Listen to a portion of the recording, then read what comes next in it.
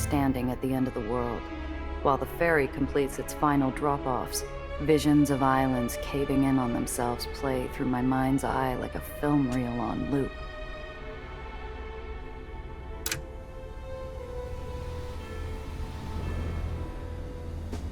I distract myself, wandering the walls and cabins in search of the girl who tore the barony apart. Instead, I find Benny, sitting on the catwalk, shoes dangling over the abyss. He nearly bonks his head on the railing when I walk up. Jiminy crickets, lady.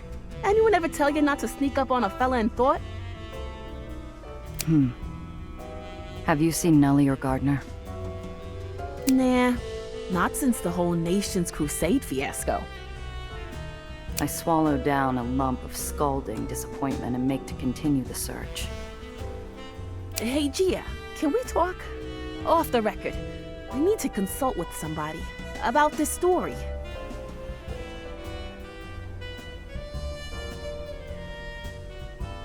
Benny's fidgeting with his fingers like a lightning bolt in search of an Aether rod. For once, the smartass who pretended to be years older looks his proper age. I take a seat beside him. He shuffles, leaving room for my feet to dangle over the gloom with his. So, this story. The Underground hired me to be their bullhorn. I get my scoop, the people get the truth, the Underground gets PR. Not a bad deal. The towers, that frocked fraud, a secret dance hall, kid stuff. Everything after. It's important, but I don't know how to write about it. There's no bread big enough to sandwich it. It's written across Benny's face as cleanly as one of his articles. The Civil War, Sam's final sacrifice, Nation's Crusade crumbling. It'd be a lot for anyone, let alone a kid. I ruffle my hand through his hair. Though he lets out a token whine, he doesn't pull away. We sit there a minute, us and our thoughts. Look, Benny, sometimes there's no silver lining. Yeah, we won a war and toppled a baron. But even that don't feel good. Why'd you talk Annie into staying anyway?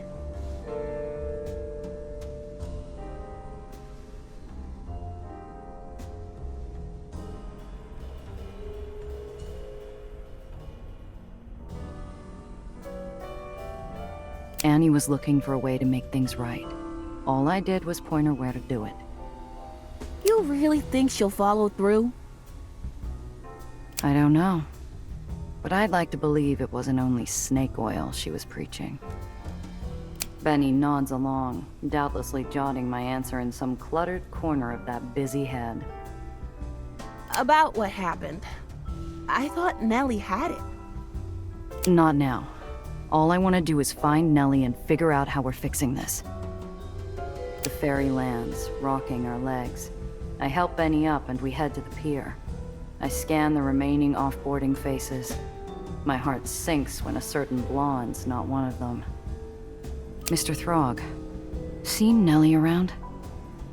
No, ma'am. Not since she and Mr. Gardner went to Nation's Crusade. She could still be okay, right? It was a madhouse at the end. The Underground was herding people onto every available ship. Maybe she caught another ride? Maybe. I'll check the lab. Let me know if you hear anything.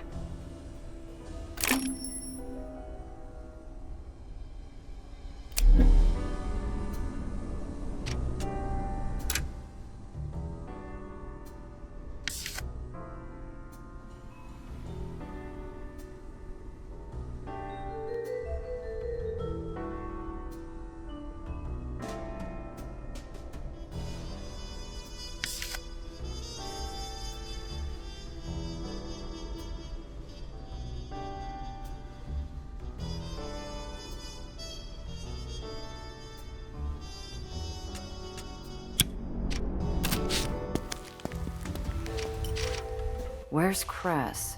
Is she holed up somewhere else?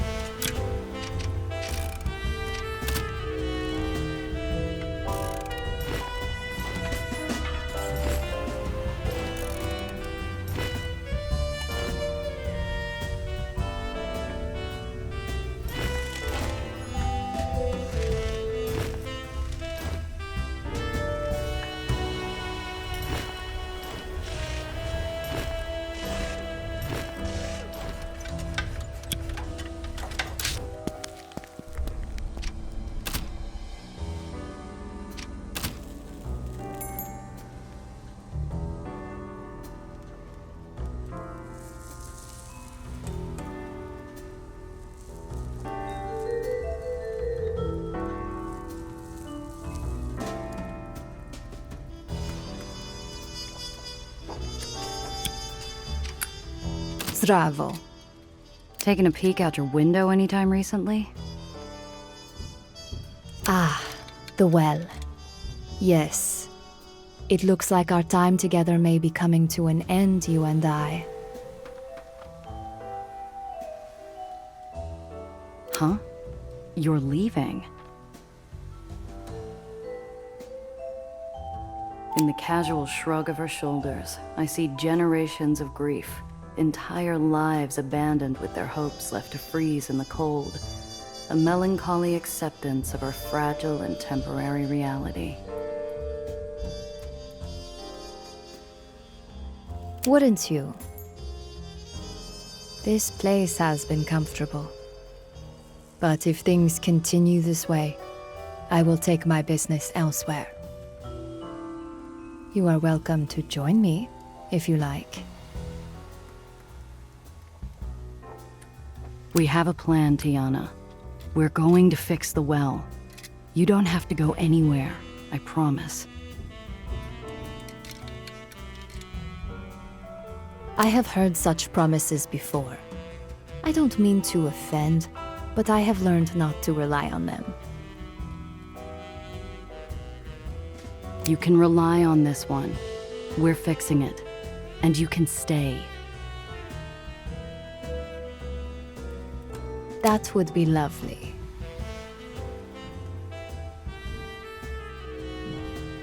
Happy hunting.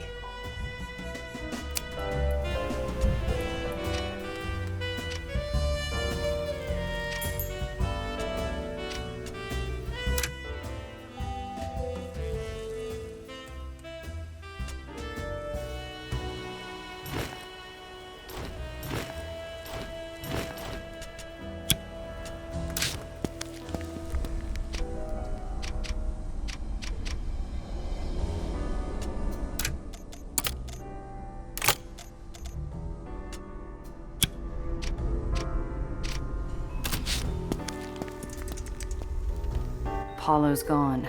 Must still be evacuating Nation's Crusade.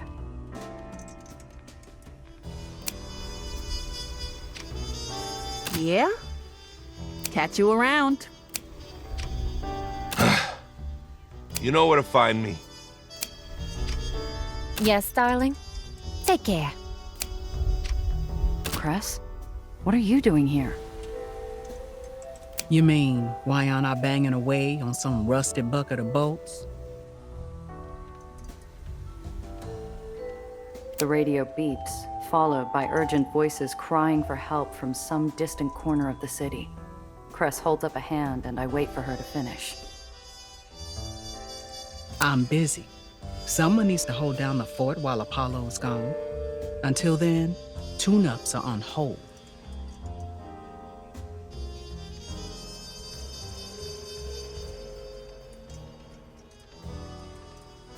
Have you seen Nellie?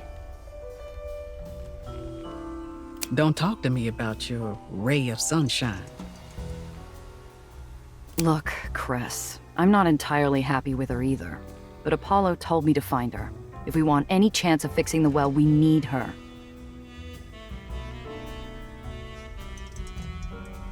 You mean the well she made worse? Her device destroyed Nation's Crusade. Sam gave his life to get her access to those towers. And that priest couldn't even be bothered to stay and help? I could have argued in Nellie's defense, but the impulse lies as still as a fallen Aether. Cress, are you okay? The hard shell Cress shows to the world looks cracked, exposing the weary heart underneath.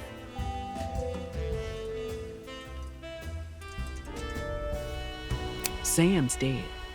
Nation's Crusade's Aetherneers lost one of the few baronies friendly to them. And I'm stuck here, waiting, hoping the well doesn't take Apollo out too. So yeah, how do you think I'm feeling? Look, if you need to step away from the radio for a bit. I can handle it. This isn't about making up for something. It's about keeping our people together.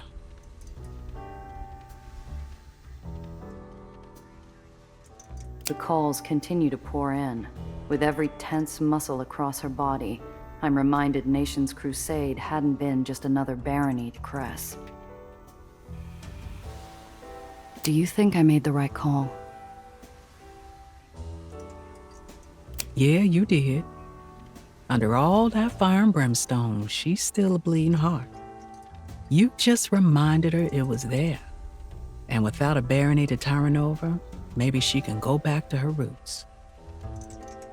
Let's hope it sticks.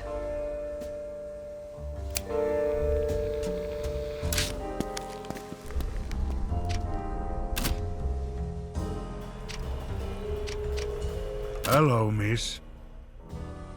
You've always got your eyes on the skies. What do you think about the well?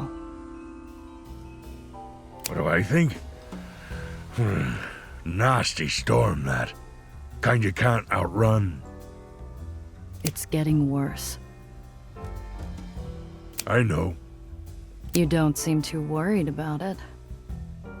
Throg's already gravelly voice tumbles into a deep crevasse of foreboding. What good's worrying do? I've seen enough disaster in my lifetime. At least I can see this one coming. Bye now.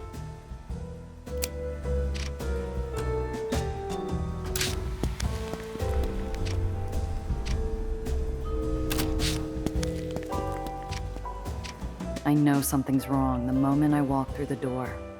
Nellie's little lab away from home usually smells of Bunsen burner coffee, ozone, and chalk. Neither that or the scientist are there to greet me.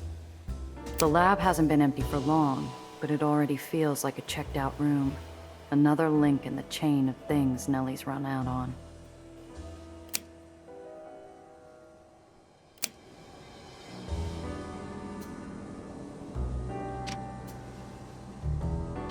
The half-full jar of sweets is unguarded.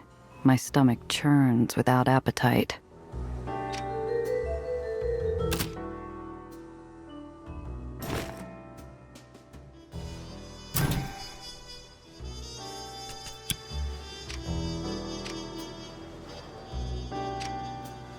Maybe I should have let Nellie and Gardner sail away on that ferry back to the Heights. At least this would have been Olympus Park's mess to clean up.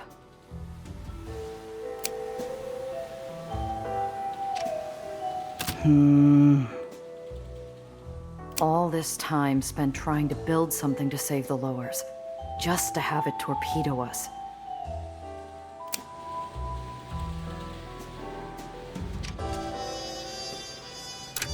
I cross the lab off my list of hiding spots and, reluctantly, cross off the hole, too. If Nellie was anywhere on this island, she'd be here. Damn it. What the hell am I going to do?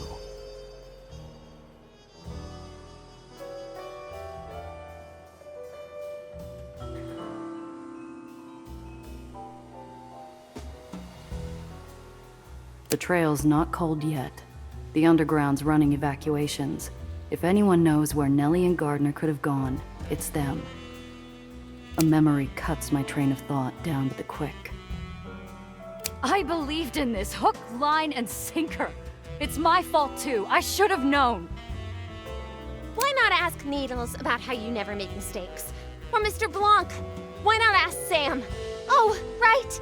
Because they're just another stepping stone for gunslinging, wisecracking Giarondazzo. You're pathetic. Mr. Blanc might have been the best, but he's not the only stem on the grapevine. Tiana's got a fleet of fences on call, the Underground's got their network, and Needles usually has an ear out on smuggler routes. You're not thinking straight, Nellie. You're stressed. I get it. But you're rushing into this. You think the well's going to blow up without giving us a warning? Didn't see your machine being the thing to pull the trigger, did you, kid? Who said I need to chase the kid down? Nellie always comes back eventually. Unless... could Nellie have run back to the Heights? My gut says no. but doubts it's the People like us don't change the world, Rondazzo. We survive it. Be a shame you had to die because you didn't learn when to walk. I'm ramming into walls.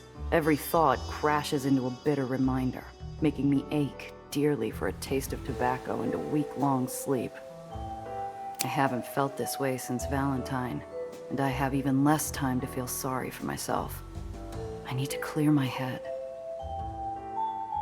Like Zio used to tell me, we do what we can, and when we can't anymore, we win, Skip.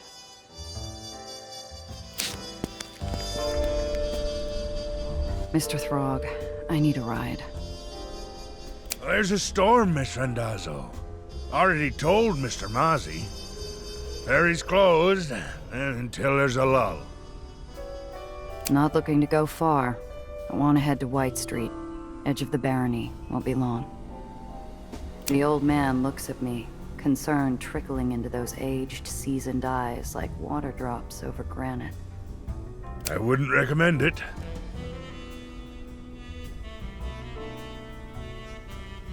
I'll risk it. All aboard, but no detours. Mr. Throg takes us the long way around, bypassing the Whitecaps' civil war and the gravity storm. I walk the rest of the way. A cool breeze carries me back to that day we found Chimera. I told Nellie she couldn't carry the world on her shoulders. You don't survive by stopping for every sob story. When did I forget that?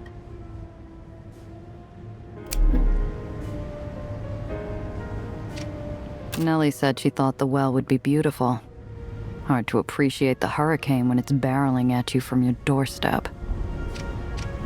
How soon before the well starts tearing apart the rest of the lowers?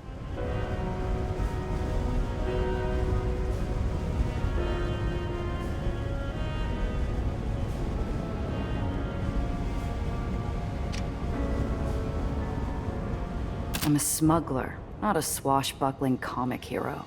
I stuck around over a missing briefcase, and what did it get me? My car gone, my rep slapped with a Baron Killer label, an assassin gunning for my head, and another job gone to hell.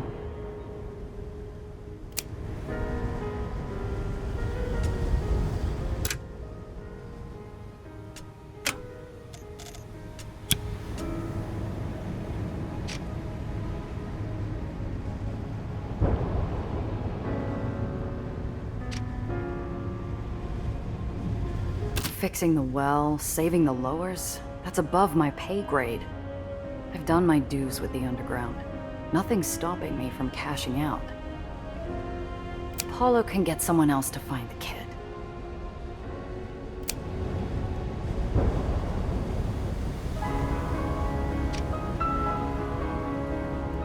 I should have learned from Valentine. Letting the job get personal gets you hurt. Even Zio knew that. For a moment, I smell his cologne. The hard back of the chair in Valentine's waiting room jabs into my back while Zio lectures me. Maybe I would have listened more carefully if I'd known it'd be my last talking to. Needles knew what he signed up for. In our line of work, doing the job comes first. Failing that, choose yourself. Always have another way out, Giovanna. Madonna, I wish I could talk to him. What would he say if I'd spun him a yarn about a bird from the heights, the well, and my dilemma?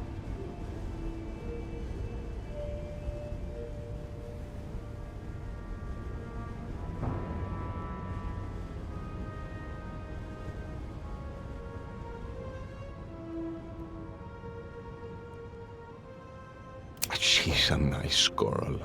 I can see why you've entertained her so far. But as a professional, you should have cut her loose long ago. Don't lose your head acting like one of your comic book heroes. Sounds straightforward enough.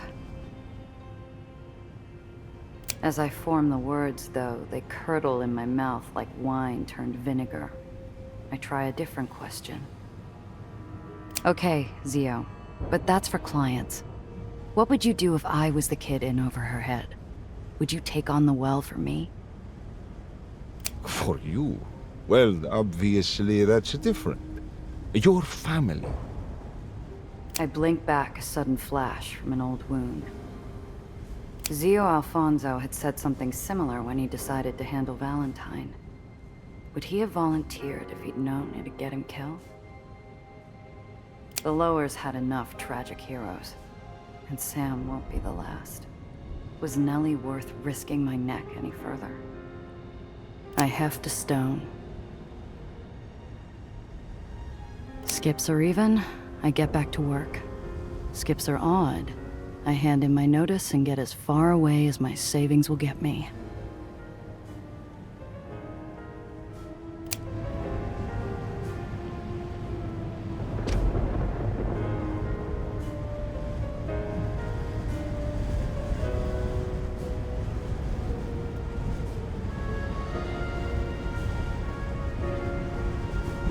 I let the stone and my fate fly.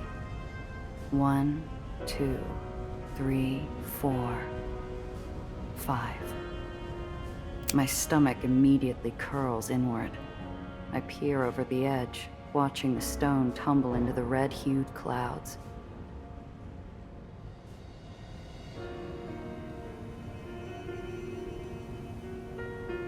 That should have settled it. The job's long past its date. But something keeps me anchored. A vision of a girl standing on a taxi platform with a heart big enough to light the world and make me believe it.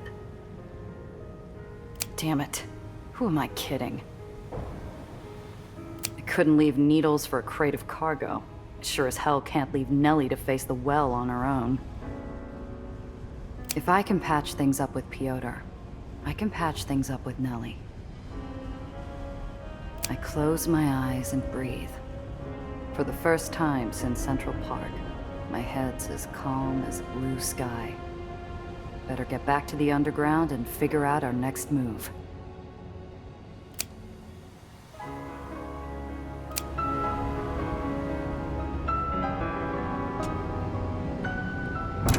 Gotcha. My only warning is a voice that'd have death itself uttering prayers. Tobias Dufresne, a man twice dead, stands at my back, pressing his gun into the back of my head. How? It wasn't the first island I've been thrown off of. Shame you didn't try a bullet to the head. I'm a breathing corpse, trapped between my personal revenant and the edge of an island. A choice between a gunshot and 10 seconds of sky under the eye of a raging red vortex. Dufresne, listen to me. We've got bigger problems than your contract. The well destroyed Nation's crusade. Unless I find Nellie, it'll take out the rest of the Lowers too. Not to worry. That's no longer your problem. Best make peace with yourself. I'll give you a minute. As a professional courtesy.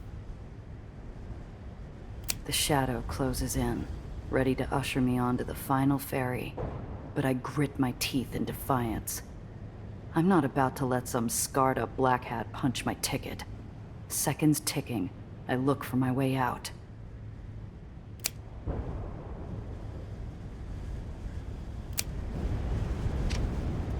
A few pieces of scrap and rubble. Neither make good bludgeons. Every pulse from the well's another second off my life.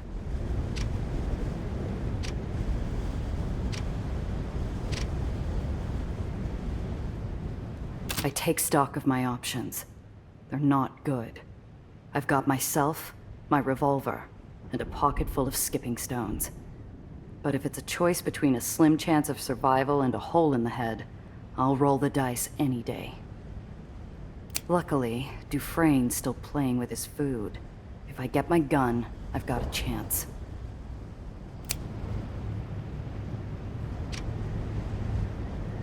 There's only one thing holding back the torrent of cold sweat. Dufresne could have blown my head off, and I'd be at St. Peter's gates without knowing why. The last time we stood like this, Dufresne was angling for a chat. If he hasn't shot me yet, maybe there's something he wants more than another notch on his dash. Time's up. Any last words? His iron presses against me like a set of razor-sharp claws around my throat. Whether I live or die, I know who I am, and what my final gambit has to be.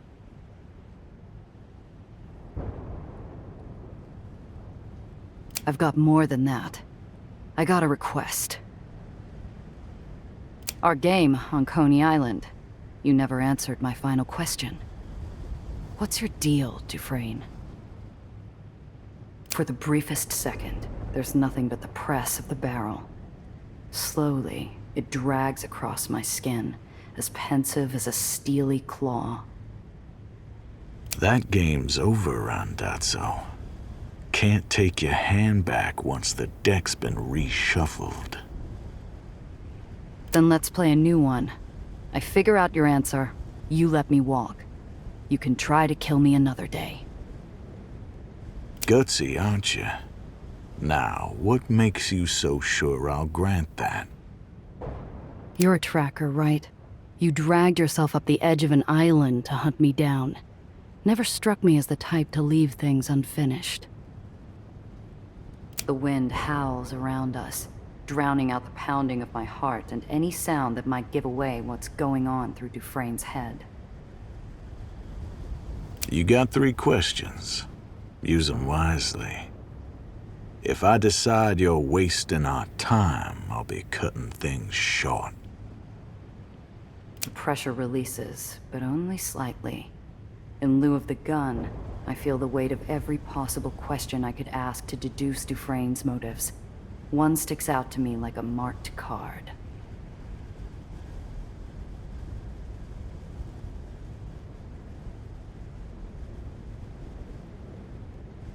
You didn't hesitate to pull the trigger back in Nation's Crusade. So what stopped you this time? Already got the drop on you. Got nothing to lose letting you breathe a few breaths longer. Pretty considerate for someone who said he couldn't afford wings. A moment of consideration isn't enough to change where either of us is headed. An unusual note catches my ear like a hiss hiding in the bush. Was that a hint of defensiveness?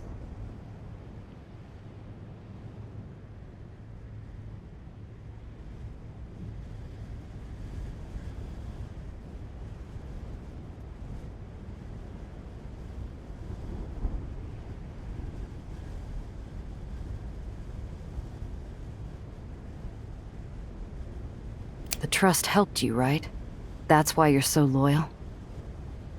The shadow goes still long enough I could forget he was there, if it wasn't for the unwavering touch of cold iron. Nothing so personal. We have an ongoing agreement. And no matter the client, I always follow through. That it? You went off an island for someone you don't even like? You're getting awfully nosy. If you're so curious, we could find you some rope. Save the bullet for after. 2 questions down. Cutting it awful close, smuggler. How's that bravado of yours faring? Shut it. I still got one more question. I've seen both sides of his coin. A professional monster from across the barrel. A man bearing a part of his soul. Which one holds the answer to Tobias Dufresne?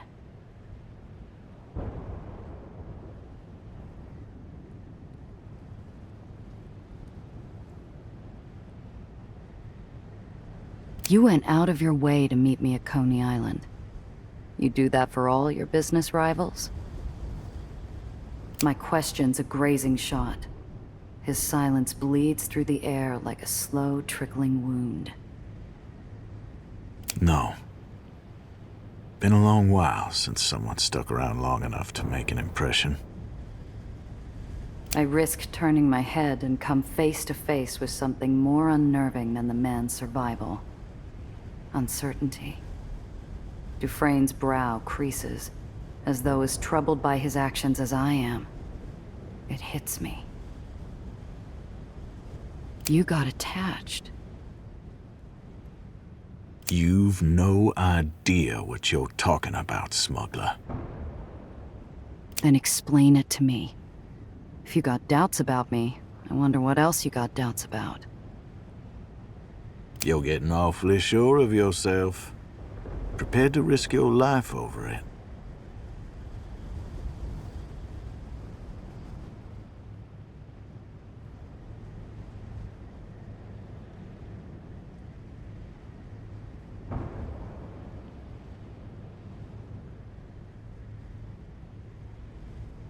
If I'm so wrong, go ahead. The world holds its breath. The wind goes quiet, and the clouds feel as opaque as the Black Hat's face. I'm just as still, breathless, until his iron snaps back into his holster. That tragedy in Nation's crusade was always meant to happen.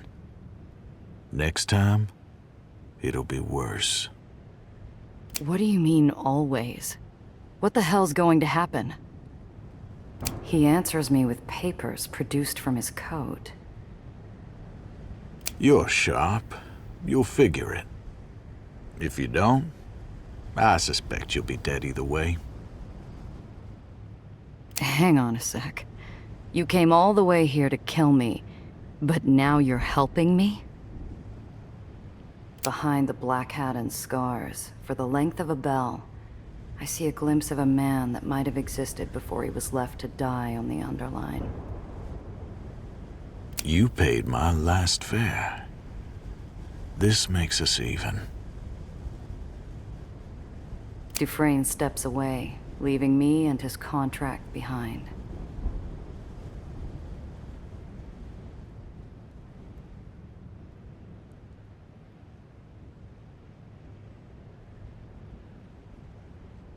Dufresne, look after yourself.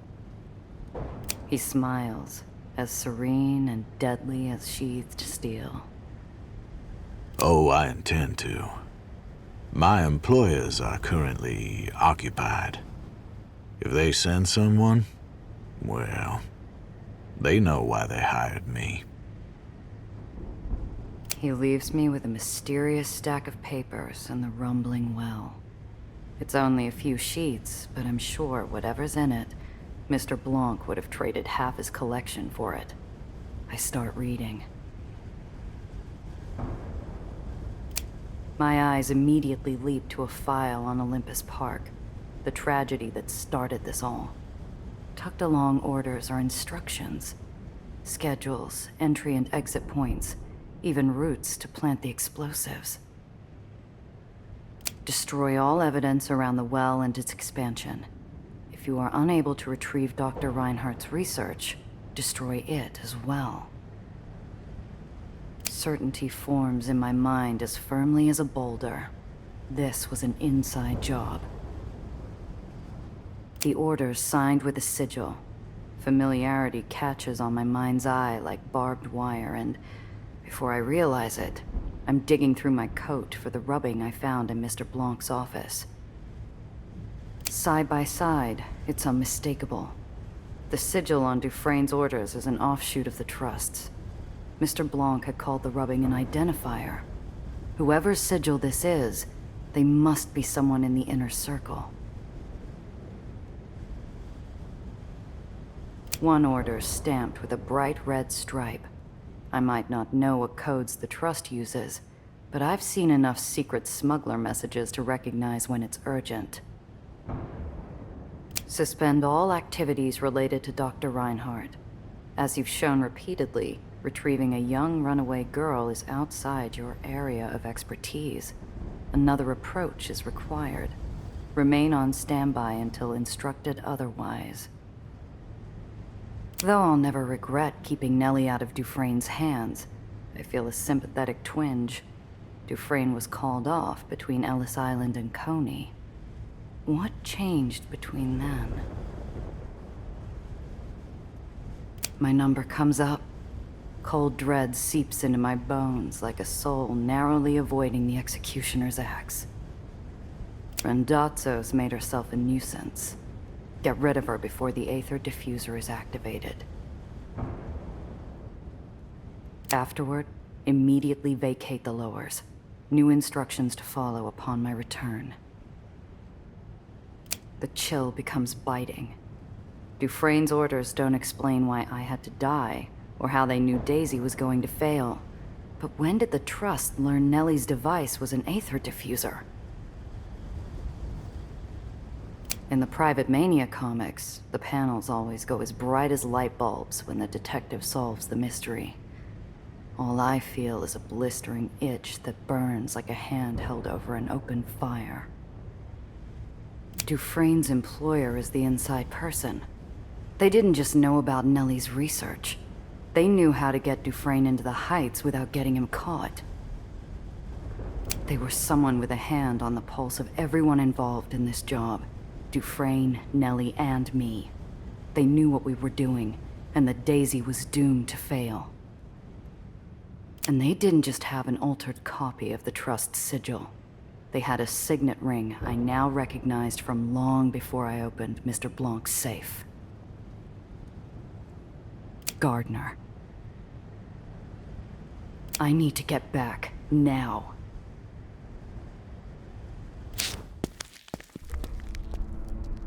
My feet pound the plank. I all but leap off the ferry, accelerating into a full sprint, when Apollo darts out in front of me. Gia! What's got you running like a bat out of hell? Something big. Get everyone together. If we don't do something fast, what happened to Nation's Crusade's going to happen to the rest of the lowers. The matinee star's face slides into an expression pained by fresh memories of ash and ozone. Once more into the fray, or so they say. See you there.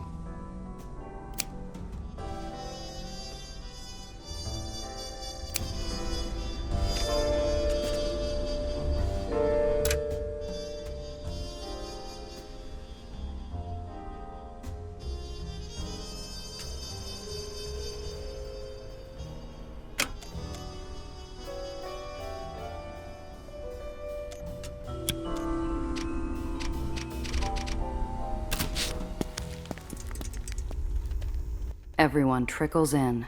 Cress with her squared shoulders, Sophie with her hardened eyes, Luca with his big hands tightly laced together, and Benny with a bouncing leg that won't quit.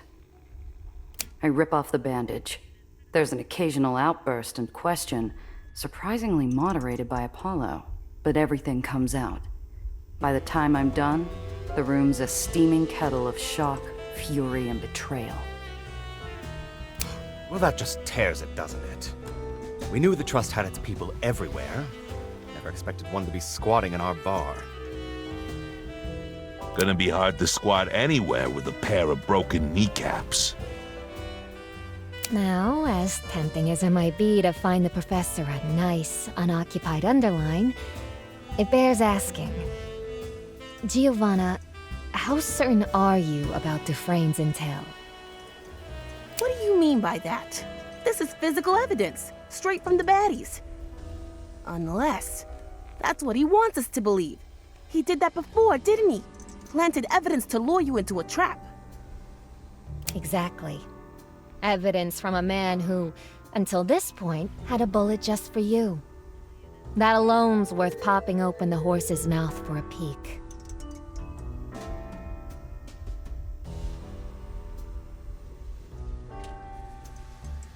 Gardner's been hanging around longer than even some of you.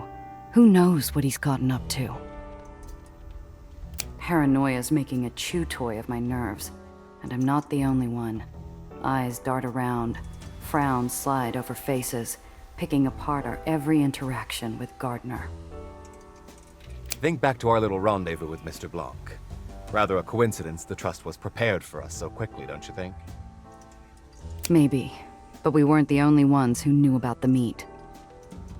While we were prepping to visit Mr. Blanc, Nellie was bouncing off to tell Gardner of the Aether core. Poor kid would have had no idea what else she was letting slip to her beloved mentor. We know the Trust wants to sink the lowers. Looking at Gardner, I still don't get why. Yeah, I don't get it either. He's no mustache twirler, but he don't act like someone looking for money or revenge. You think we can trust anything about him? If you do, I got a bridge to sell you. Aw, keep your bridge to yourself. It's just, he's Nellie's mentor, yeah? She adores the guy, but he blew up her lab and let her use her device knowing it'd crack up. What kind of sickle do you gotta be to do that? Benny's point sticks out like a rusted nail in a polished antique. All those days working in the lab, all those chats in the root cellar, were they all part of a long con? Or something worse? I don't know, Junior.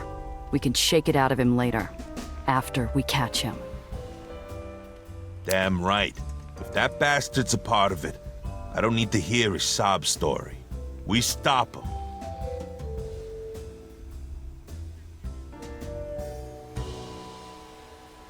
Mr. Blanc said the Trust is everywhere. They're power brokers with access to red Aether. The same thing that Gardner's supposed to be an expert on. Not quite as neat as an open and shut piece of evidence, but it'll have to do. I'm sure we can get something more solid out of the old dear's own mouth.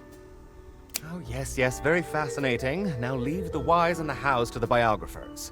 We got a well out of control, a scientist MIA, and a villain setting her and us for a fall. Gia, tell me you're closer to finding her. The trip to White Street had been enough to clear the blockers from my mind. There's only one road I could see Nellie taking. Nellie came to the lowers to fix the well. It's why she stuck around even after Gardner showed up.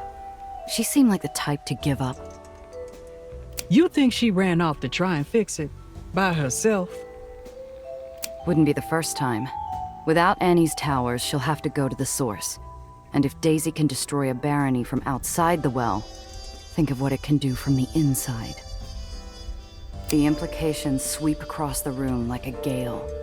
To find Nellie, we have to go into the well. Apollo recovers first, clapping his hands as though to disperse the gloom. Right. I suppose this would be the part where the old man says, think before you leap, eh? He's not here anyway, so I suppose that falls to me. Anyone want out? Now's your chance. Choose wisely. I feel the world rock beneath me, like I'm standing on the step to a ferry to who knows where. Once I get on, there's no getting off.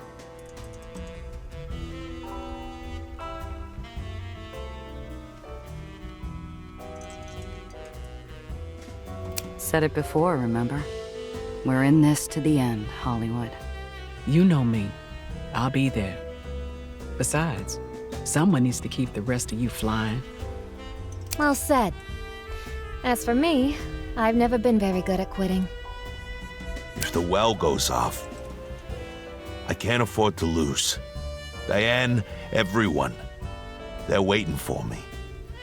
What kind of reporter would I be if I sat out of the action? Standing among these oddballs, I'm surprised how natural it felt. It reminded me what it was like to have a reliable crew. That's the spirit. Do what you need to do, then meet me at the root cellar. Drinks are on me.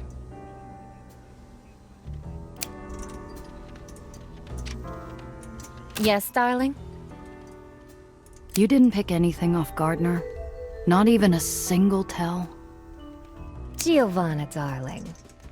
Are you asking me if I somehow forgot to mention a traitor? No, but you're sharp. I thought maybe you saw something we missed. I'll tell you this much. He's observant enough to adjust his approach from person to person. He knew to send you when I wasn't feeling myself, after all. You're the gambler. Where do you place our odds? How badly do you want to know? I'd hate to demotivate you before the whistle blows. I'll take my chances. If you haven't run off already, they can't be 0. Well, there you have it. And I didn't even charge a consulting fee. Now, let's talk about something more cheerful. Have I told you of a little enterprise I've been considering? Something similar to Marm School, but different. Ah.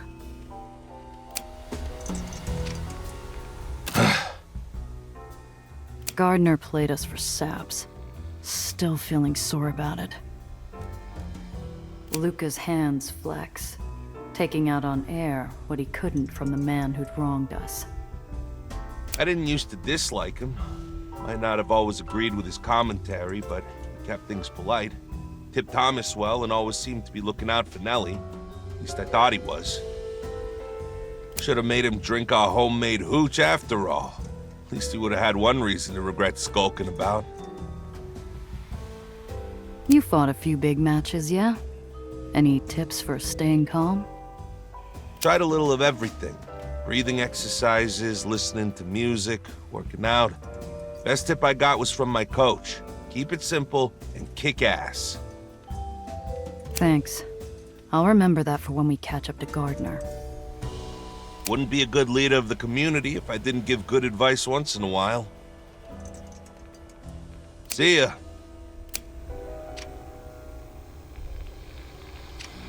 Hey, Gia. Settle down a little, will you? You're going to chew through your pencil. There's a line of teeth marks ringing the eraser, each one a physical manifestation of Benny's thoughts. Whatever he's thinking, it's gnawing him up.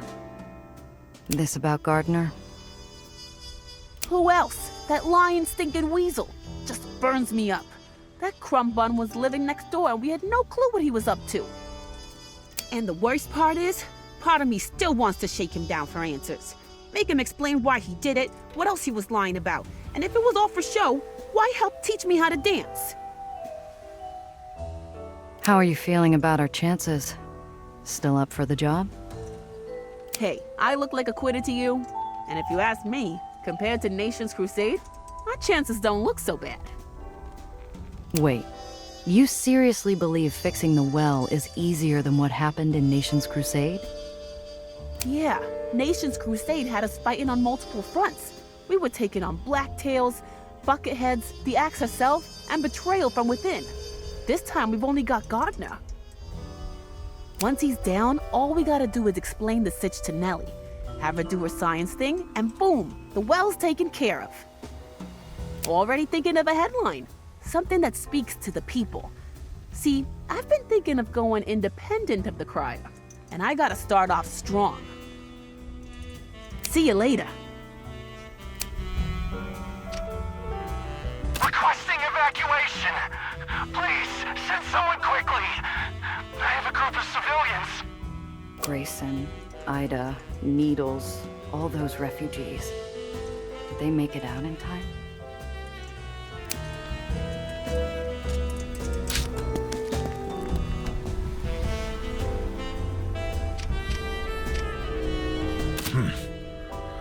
Hello. You seen Gardner recently? The professor? Oh, him. What of it? Well, I may have let the fox into the henhouse with that one. I'm going after him. I have to make it right. Throg's halfway through tying a bowline, his knuckles even more knotted than the rope he's working. His hands stop, and he regards me with an insistent gaze. You know, he came to me once, this professor. Some time back now, asking a bucket full of questions. Like you. My face must betray how much I resent the comparison, because Throg puts up a placating hand as he continues. Questions, they're like people, all wanting something different. Your questions, miss, they're fine by me. Him, though, his questions were greedy. Casting out one line and hoping for a big haul. Well, I wasn't about to bite. If you take my meaning, miss. What did he ask you about? Don't matter.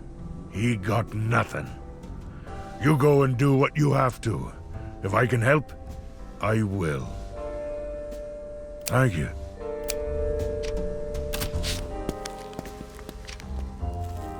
There you are. You spend much time with Gardner? What do you think of him?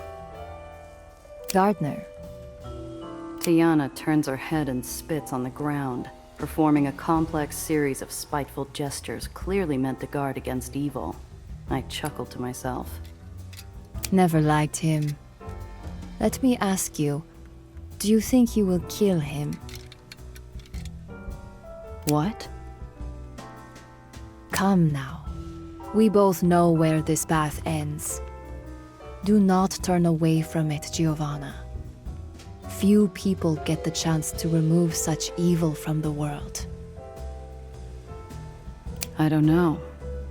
I guess we'll see what happens. She waves a hand dismissively, like a grandmother crone whose patience for youthful optimism has long ago run dry. Shh. He will meet the fate he has earned one way or another. Just promise me you will stay alive, yes? I'll do my damnedest. Good. No one else here appreciates my tea. Do widzenia.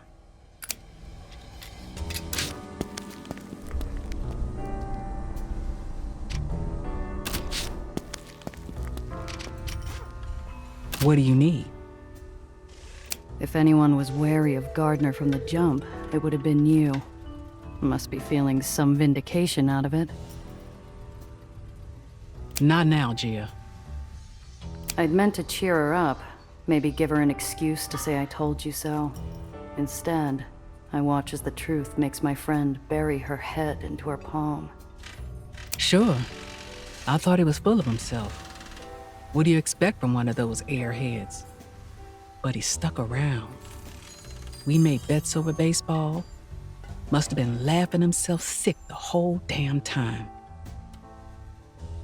We've come a long way since that prison break. Never thought I'd say it, but I almost miss White Street. Oh, so you're feeling nostalgic now. Then maybe you won't mind helping me take another shot at the Whitecaps later. I don't know how serious the offer is, but the air feels a little lighter. Even with the well raging outside, the promise that there could be a later pushes back against it. The well's bigger than the tomb, but we'll still pull it off. Can't afford not to. The underground still got plenty of good left to do. Can't leave it all up to Apollo. Drive safe.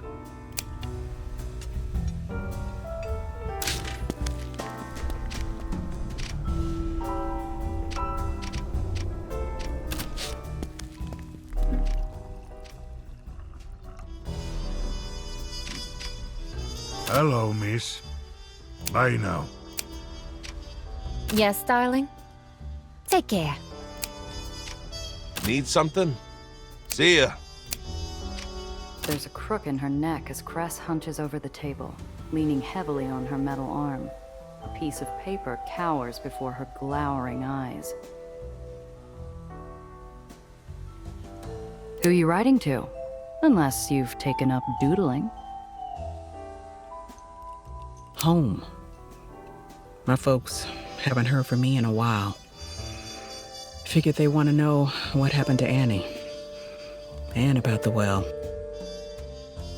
About Sam. Cress looks up. Her eyes are dry now, but small, wrinkled watermarks mingle with crossed-out lines on her page, showing that a few tears had managed to spring free. I don't know what to say, really. What if Nellie can't fix things? Do I tell them to leave the city? They'll get the terriers sent after them. Do I tell them to stay? She's a metronome, swinging back and forth, never resting on any answer or word. The pendulum only skips a beat when Benny comes over, summoned by the smell of paper and ink.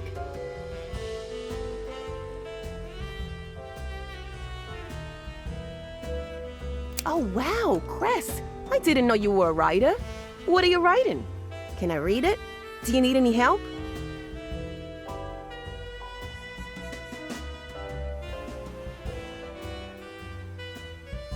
Before she can say no, I pull up another chair so that Benny and I can turn her into an angry, grease-covered sandwich. Hey, what are the... No, I really don't need your help. Dear Mother and Papa, I miss the family chickens. That's your opener for your letter? Even my mail home isn't as depressing, and they still live in the boroughs. No. You need more something. More oomph. What is it you want to say? What you really want to say? Our angry cut of roast beef finally gives into the rye with a deep breath and a plop of her pencil.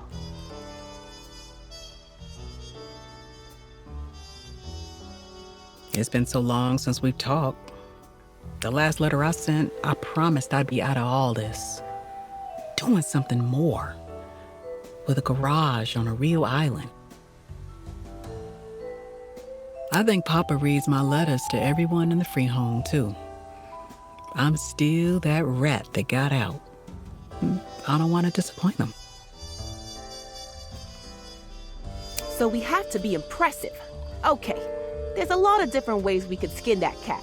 You've led a revolution, made friends with a famous reporter. Oh, gave my car a real gal job. You've, Sometimes I forget he's only 13, but as he deflates of his optimism and ideas, the larger-than-life child that had been fighting alongside me finally shrinks back to his original size.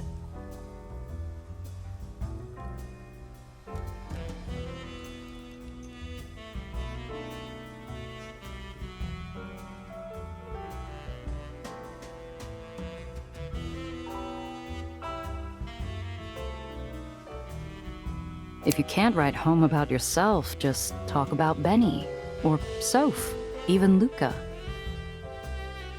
or the famous 8-shot Randazzo. I've already told them about her. You have? What did you say? You should tell them about me then. I'm famous in some parts of the city. They might have heard of me. Would sound real impressive if you're friends with Benny Big Mouth. He's lit up and barely staying on the ground. I don't think I'd seen fireworks with a shorter fuse. If you need material, I could tell you stories. I bet everyone in your parents' free home would love them too. Come on, what do you say? Cress looks up to see an excited whelp, his smile wriggling off his face, his pent-up energy shaking his knees. Come on, you old mechanic. Throw the cub a bone. I'm sure they love a story. It's not every day they get celebrities in the Undercity. And he's off, racing down memory lane while Cress tries to keep up on her page. Okay, there's this rich guy in Silver Parks, real knack for being all seedy. So I have to get into this sauna of his, right? And all I got is a dress from my cousin Maria, but she's a bit older than I am, so...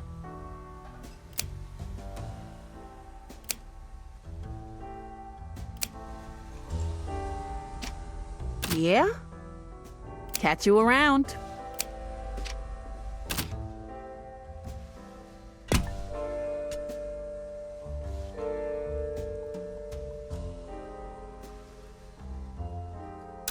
The root cellar's half bar, half war room. Someone set up a map of the lowers on a table, while Thomas fills a row of glasses from a bottle expensive enough to be encrusted with gems. What's the occasion? Good luck charm. Paid for by your friend here. You only live once, sweetheart. Might as well enjoy the finer things while we're still around to do it. And I can certainly afford to share.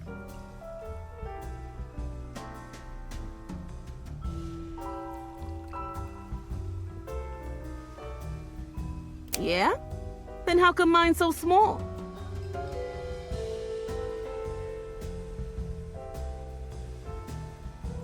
Gotta learn to hold a wrench right before you can touch an engine.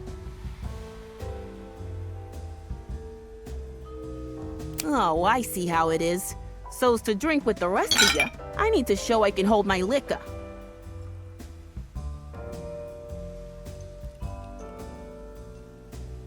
I down the ambrosia. A sweet glow warms my body like a droplet of sun. I only hope it's enough to get me through the coming storm. Everyone settled? Excellent. Gia, take us away. Where are we heading?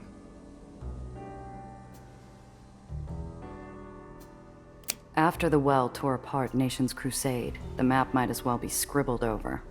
Fortunately, our starting point hasn't changed.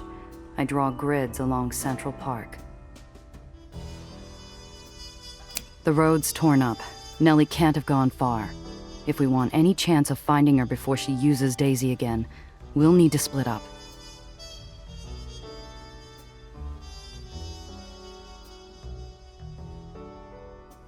A search and rescue formation, eh? Suppose we should rustle up some ordnance. If Gardner's who we think he is, no doubt he's got more than one attack dog. So we enter the well, avoid any nasty surprises, and get to Nellie. And after that,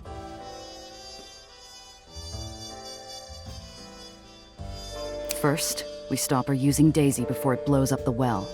Then, we get her away from Gardner.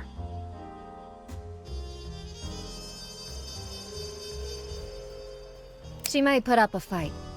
After all, you're about to tell her everything she knows is a lie. And the man she loves like a father is a monster. It's enough to break someone. Nellie's tougher than she looks. If we don't tell her the truth, she's going to make the biggest mistake of her life. We all got our regrets. Doesn't mean she ought to pay someone else's blood-stained tab. Glasses emptied, nerves briefly calmed. The room turns to me, looking for one last word to carry with them into the night.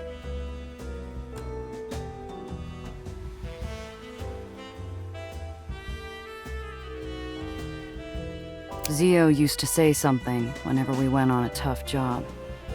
In bocca al lupo, into the wolf's mouth. I remember that. There was another part to it, wasn't there?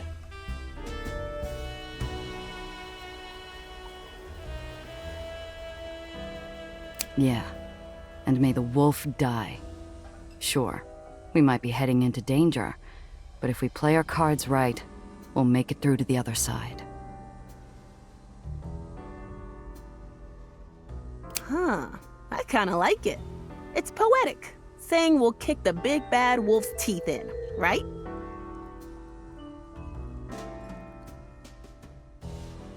Atta girl. Couldn't have put it better myself. Wolves, dragons, secret conspiracies. What do we have to fear? After that, all that's left is to grab our gear, catch the ferry, and find our friend before it's too late.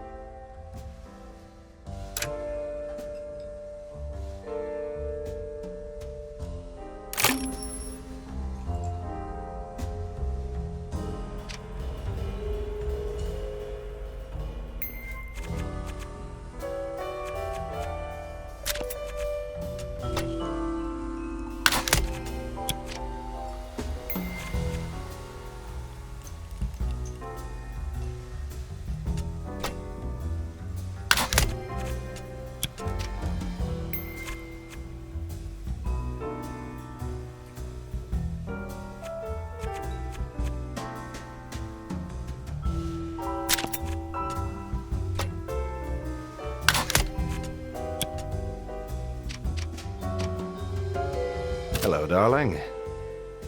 Things didn't quite shake out how we planned with Annie. No, they didn't. At least she had the decency to stick around and help clean up the mess she made. You know, I thought trying things Sam's way would make everything all right. More fool me, I suppose.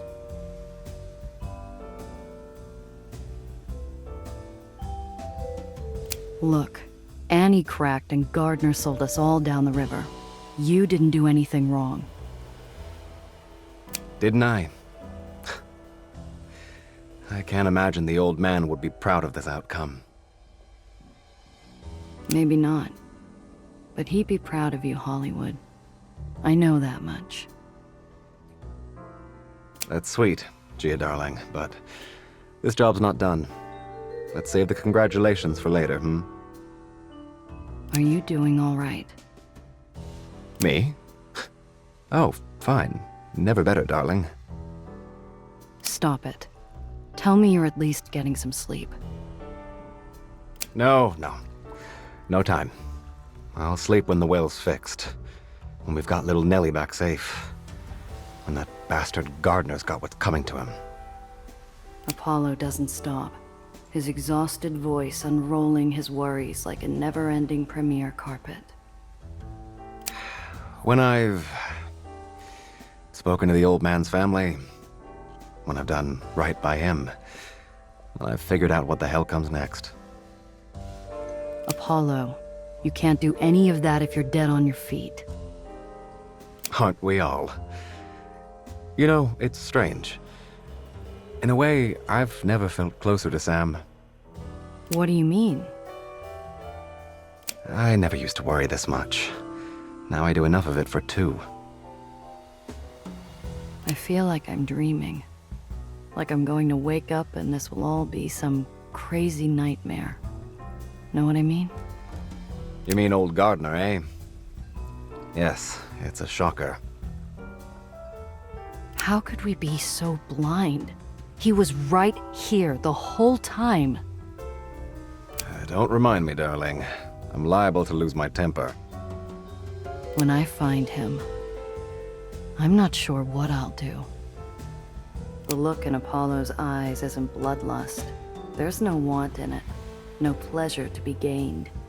It's a primal imperative, a ruthless need, a fire that burns entire civilizations to ash.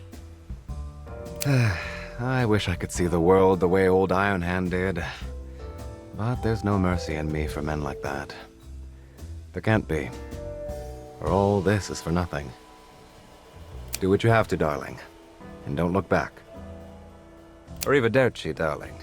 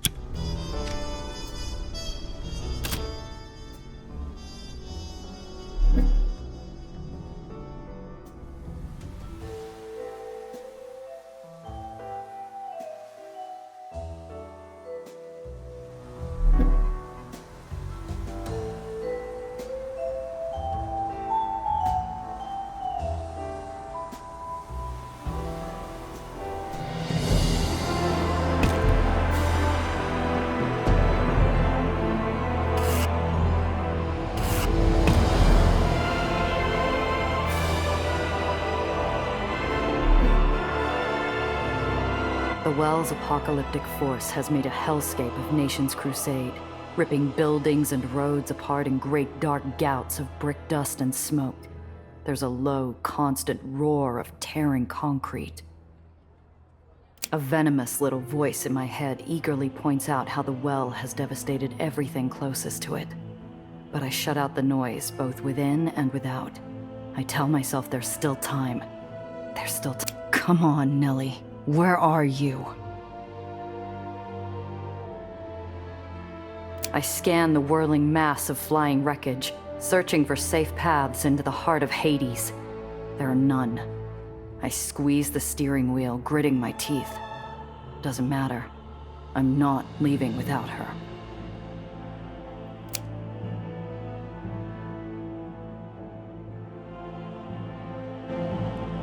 Ahead, the roadway is splitting into jagged, broken chunks, like a tree trunk splintered by a lightning strike. If I make the wrong move, I'll find myself steering over empty sky.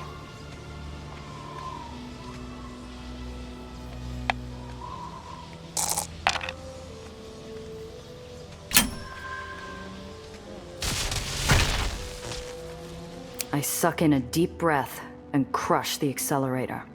As the highway tears itself apart, I'm wrapped in sparking Aether discharge, and I shut my eyes against the acrid sting.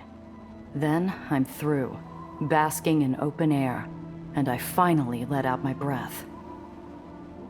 Ahead, the shattered remains of a hotel churn in a spinning funnel of gravitational force, forming a devilish whirlwind of steel, brick, and glass that could rip my car to pieces.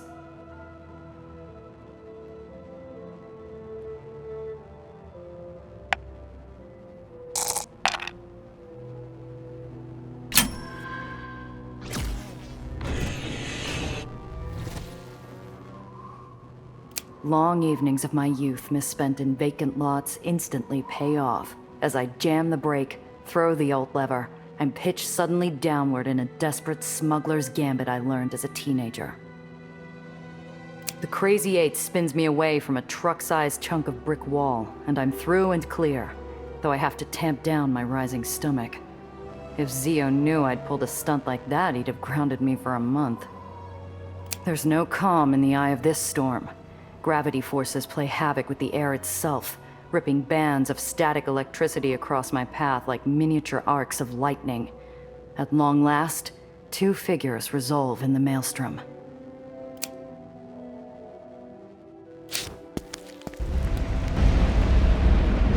Nellie's body is rigid with confused frustration, her platinum curls buffeted by the Aether winds as she tries in vain to rouse her mechanical creation.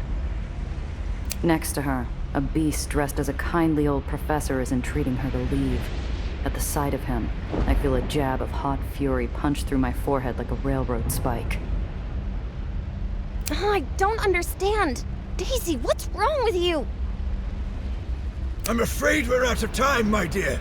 Let's get to safety. Hey! Their shock at seeing another human being in the midst of the chaos is matched only by the anger sprinting through my veins like frothing coursers on the hunt. Gia? What are you doing here? Get away from him! There's no time! We have to get clear! I don't want to speak with you right now, Gia. I'm busy. This grease spot lied to all of us about the bombing at the Institute. He looked me in the eye and lied to me. He was the one who lit the fuse. That's a lie! Dufresne took his orders from Gardner, Nellie. He always did. I'd never even heard the name until I met you! Your machine isn't working because he's been sabotaging it.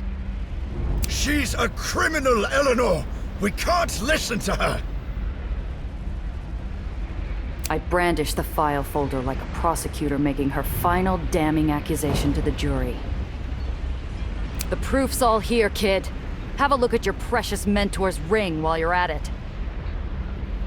Nellie takes the folder, pinning its pages down against the gusting winds. We both watch Gardner hide his hand behind his back as he sputters an indignant retort. Honestly, are we finished with these theatrics? We don't have time to entertain your flights of fancy, Miss Randazzo. Nellie scans the evidence, dropping loose paper to flutter off like dead leaves. The well howls around us, echoing Gardner's impatience as he tries to snatch the files from Nellie's hands. She swerves away from him, and he shouts in anger. It's a forgery! My dear, don't you see? She's not your friend. She's tried to trick you. Professor? Show me your ring, please. Eleanor, listen to me. We need to get somewhere safe. If you would... Show me your ring.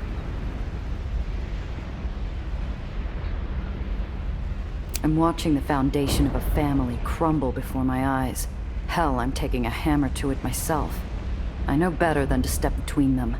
I trust Nellie to handle it. She's earned that from me. An agonizing moment passes between Nellie and the wolf named Gardner. She seems to plead silently, desperate to see a meager fleck of humanity in his darkening eyes. But she can't find one. If we don't activate Daisy, the well will destroy the lowers. Innocent people will die.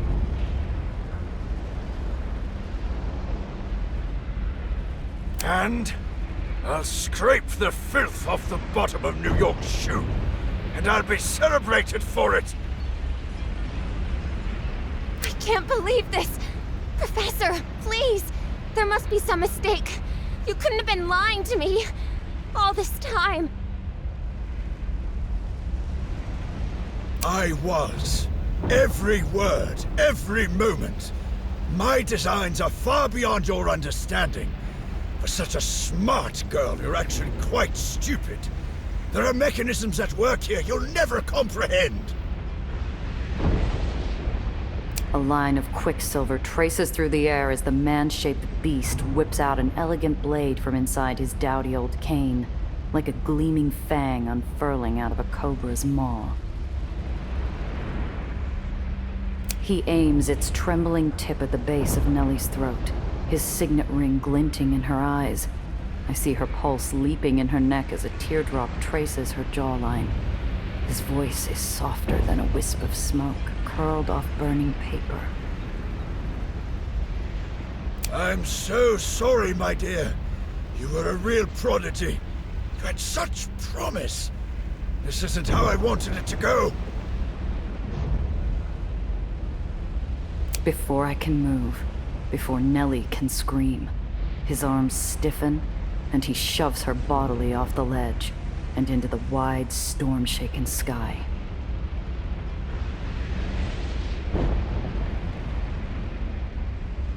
I throw myself after Nellie, watching her fingers tighten around a spar of broken metal. Gardner escaped in the truck somewhere behind me. Doesn't matter now.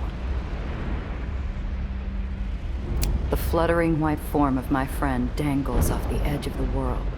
A sweet porcelain doll about to tumble down a rabbit hole into the dark. She's out of reach, and her grip is weakening. The wind rips tears from my eyes, the gale screaming like a chorus of banshees around us.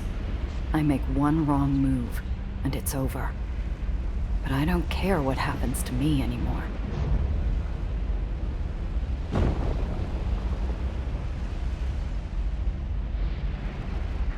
I search my whole scummy life for a solution. Surely all my experience, everything I've been through, should have prepared me for this. If I don't have the brass for this, Zio, what good was any of it?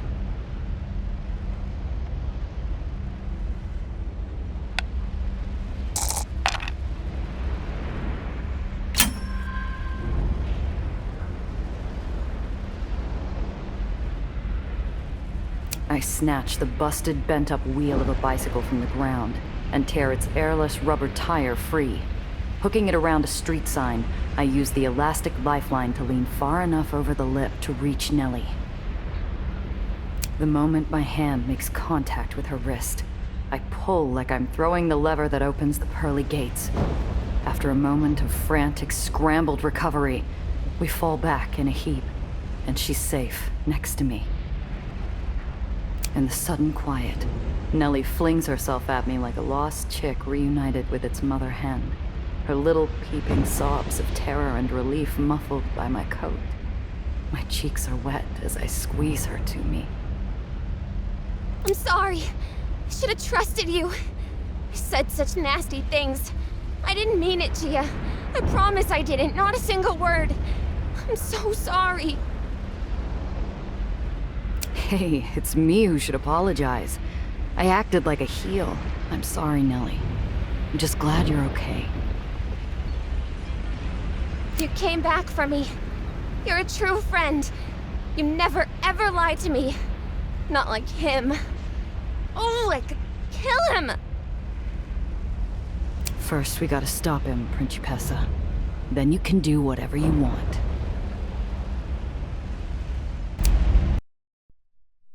The truck carrying Daisy isn't built for speed, and we catch up soon enough. I thumb the switch on my forward turrets, but Nellie puts a hand on my arm. No, we have to activate Daisy. It's the only way to stop all this. Right, but I don't think Gardner will let us do that. Not without a fight. Best to head home now, girls. You're out of time.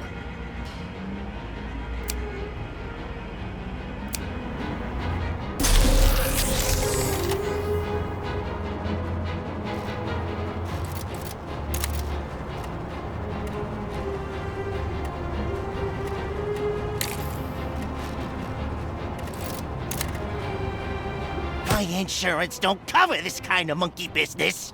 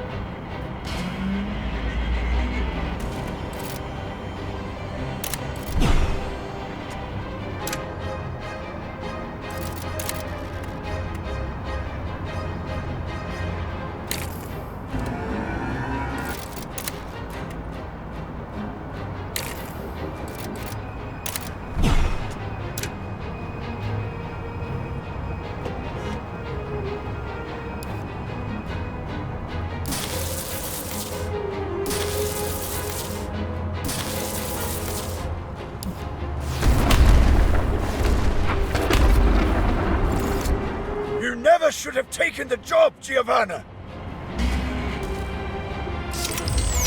Hey, I'm still paying off this heap! Oh, applesauce!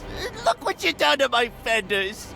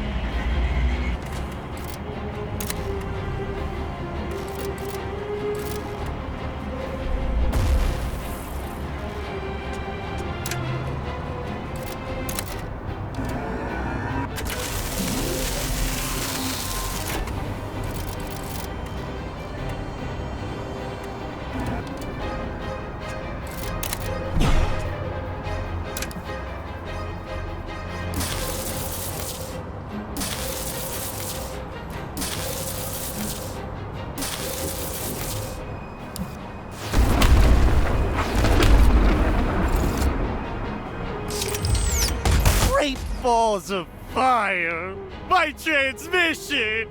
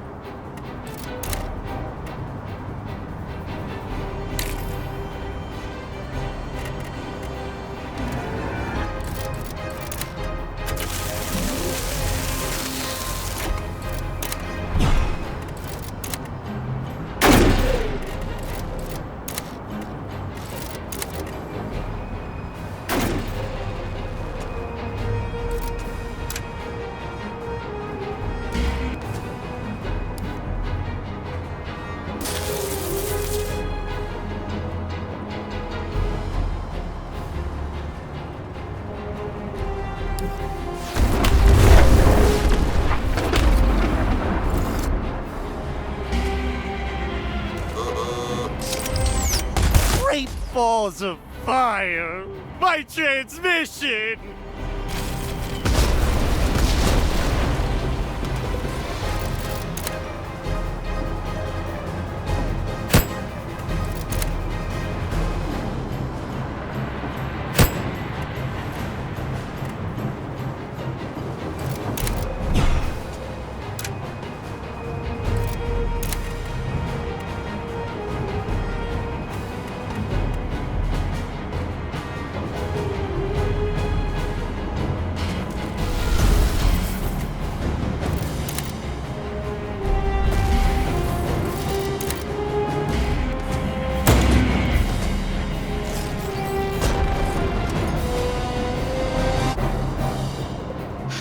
Do this to me, Professor. It's not about you, you silly child.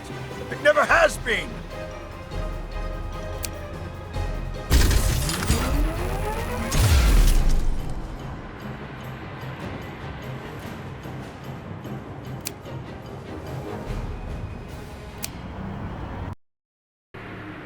This is futile! You must see that! Keep them off me at all costs! Understand? Take them, now!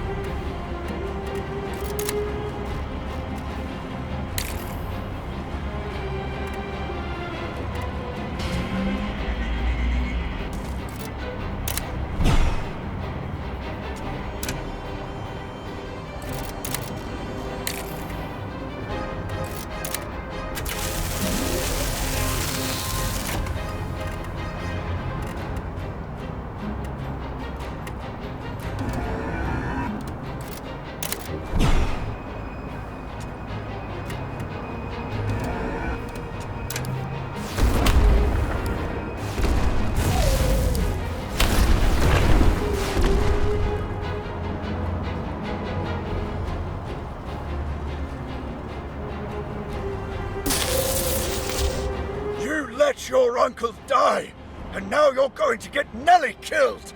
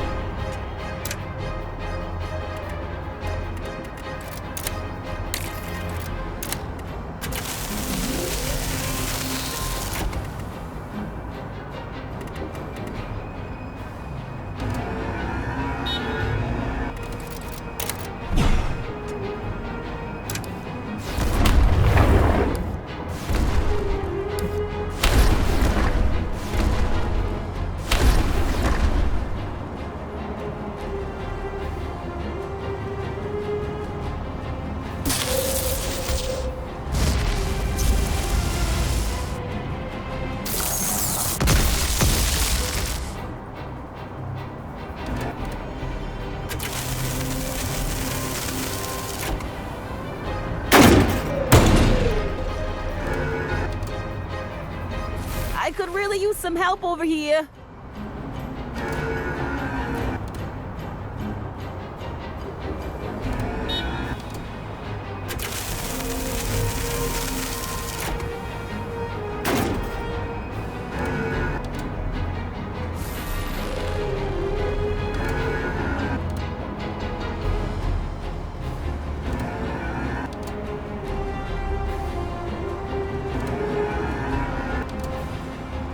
Tank's leaking!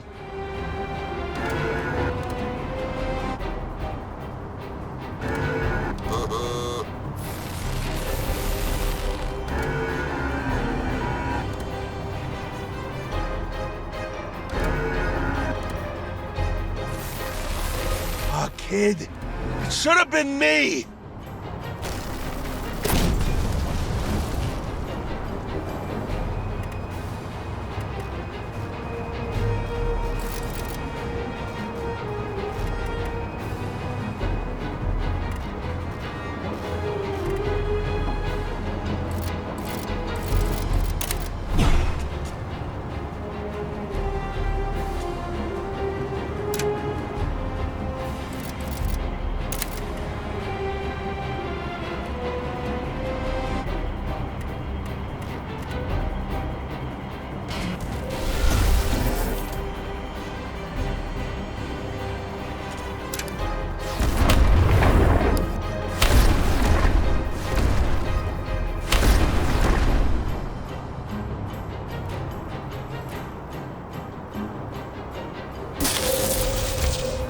Don't worry about me!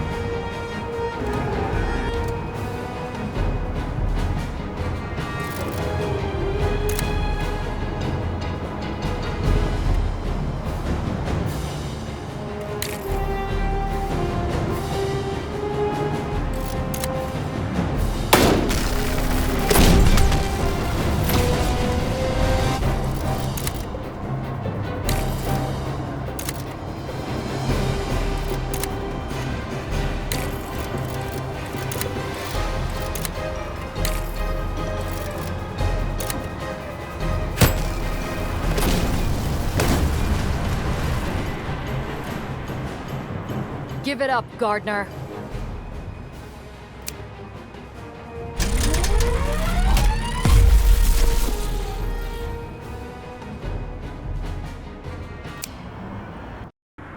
I won't let you do this! You can't stop it now. No one can.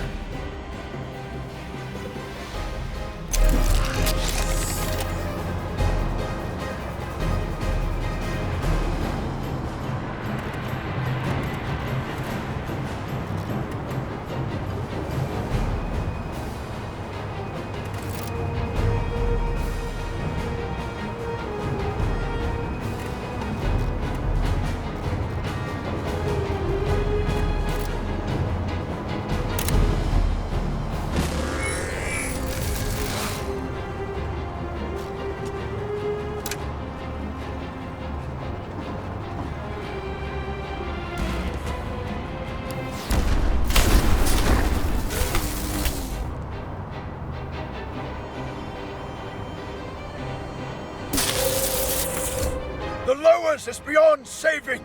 You're risking your life for nothing.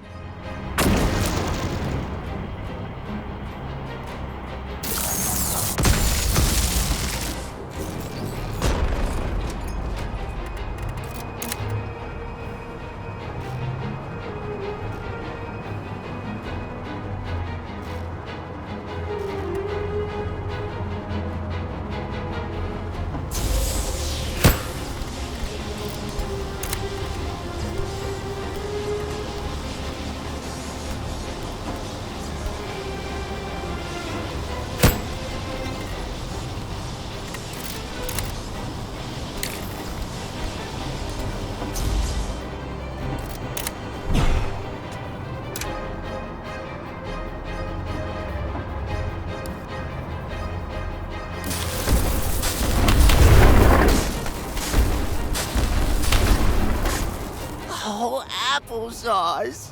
Look what you done to my fenders. No! It needs to burn!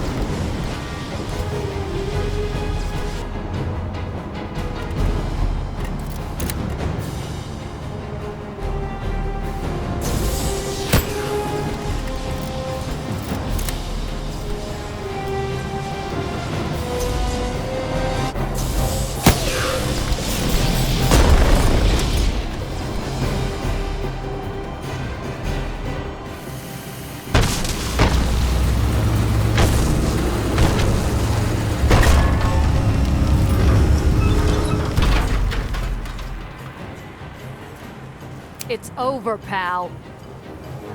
No! Damn you, no!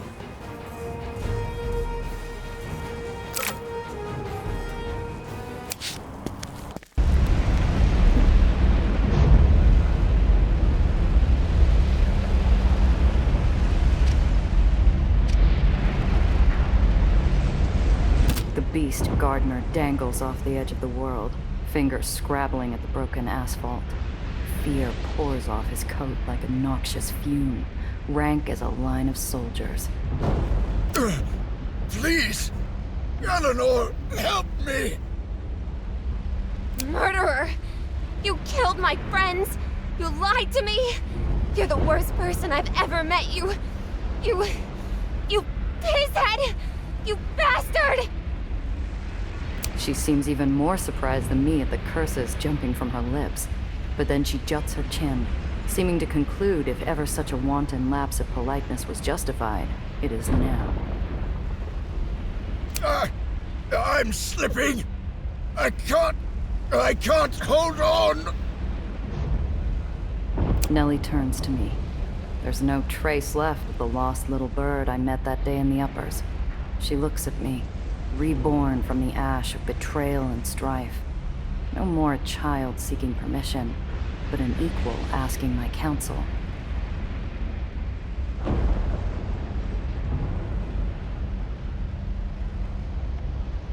Don't make this a moment you regret.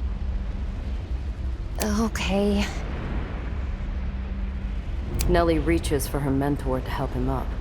Gardner reaches back, hooking his claws into the fabric of her blouse, yanking her towards him, towards the open sky below. You ruined it! Nellie! She strikes Gardner's snout with the base of her palm, where he used to wear a kindly face.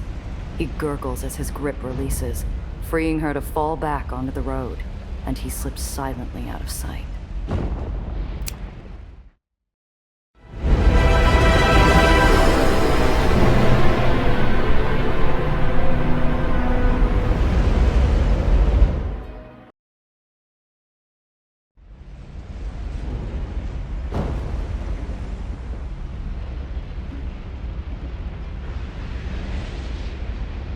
Nellie quickly identifies the poisoned thorn Gardner hid inside Daisy, an innocuous switch strangling the device from within. She shakes her head at the plain, simple boldness of it, and flips the switch.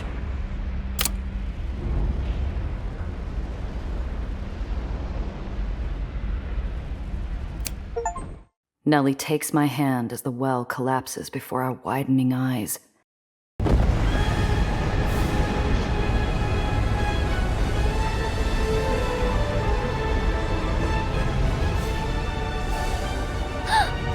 It worked!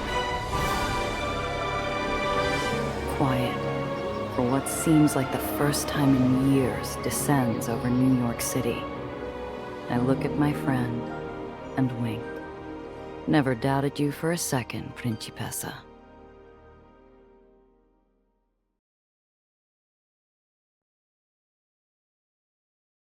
When the well's haunting shroud was lifted, the countless barons of New York felt fear where others experienced relief. The underground was a new rising storm, seemingly more insatiable than the last.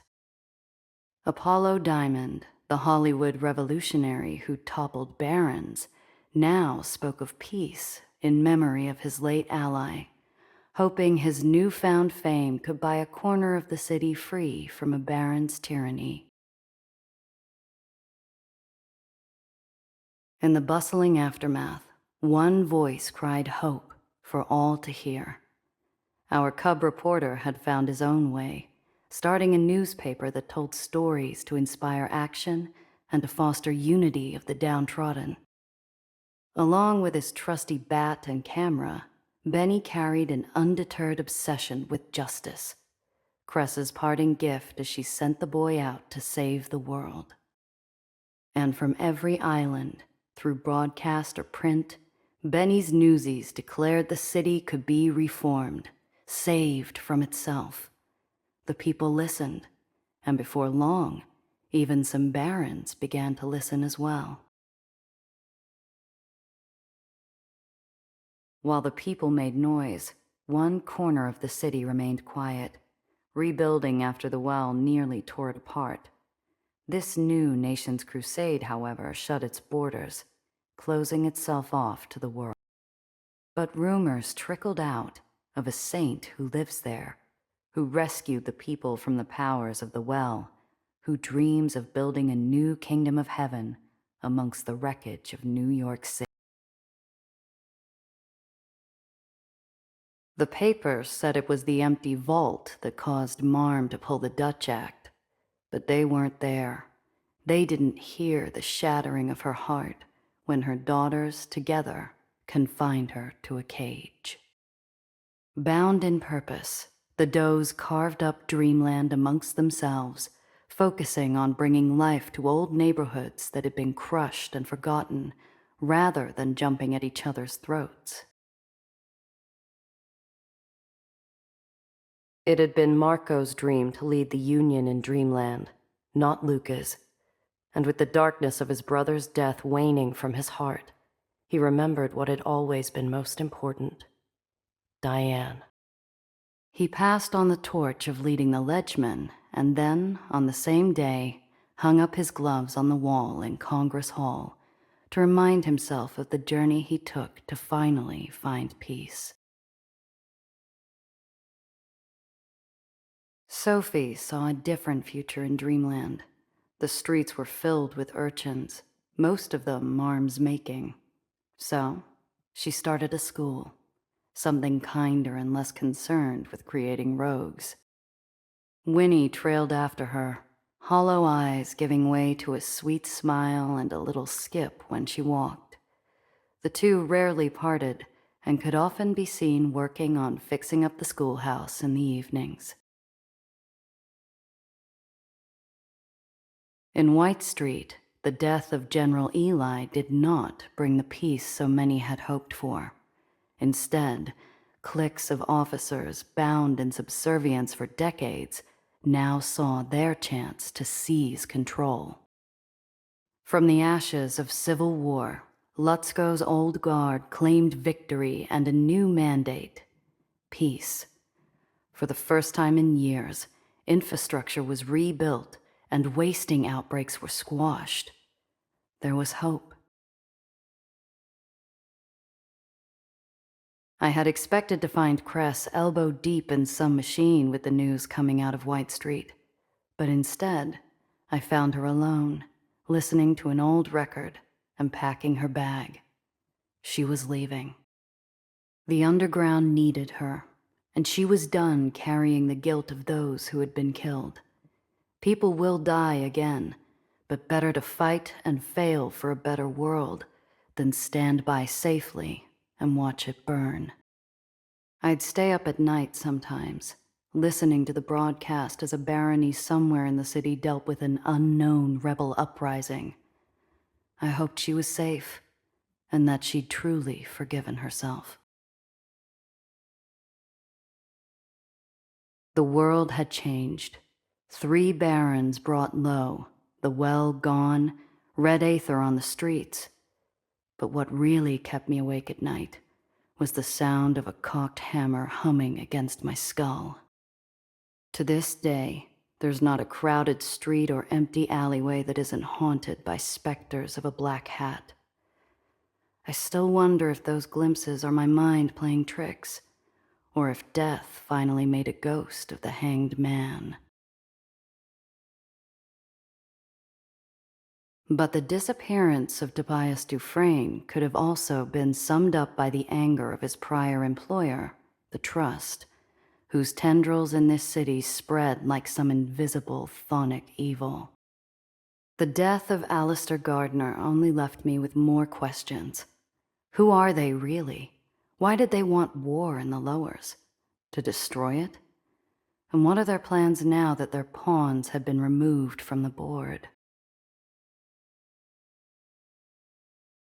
Nellie couldn't stand the thought of leaving us to safeguard the Lowers all by ourselves. The kid just had to stick around. Apparently, we were in dire need of a genius. Before long, we had to expand her lab to accommodate a growing list of projects for total strangers.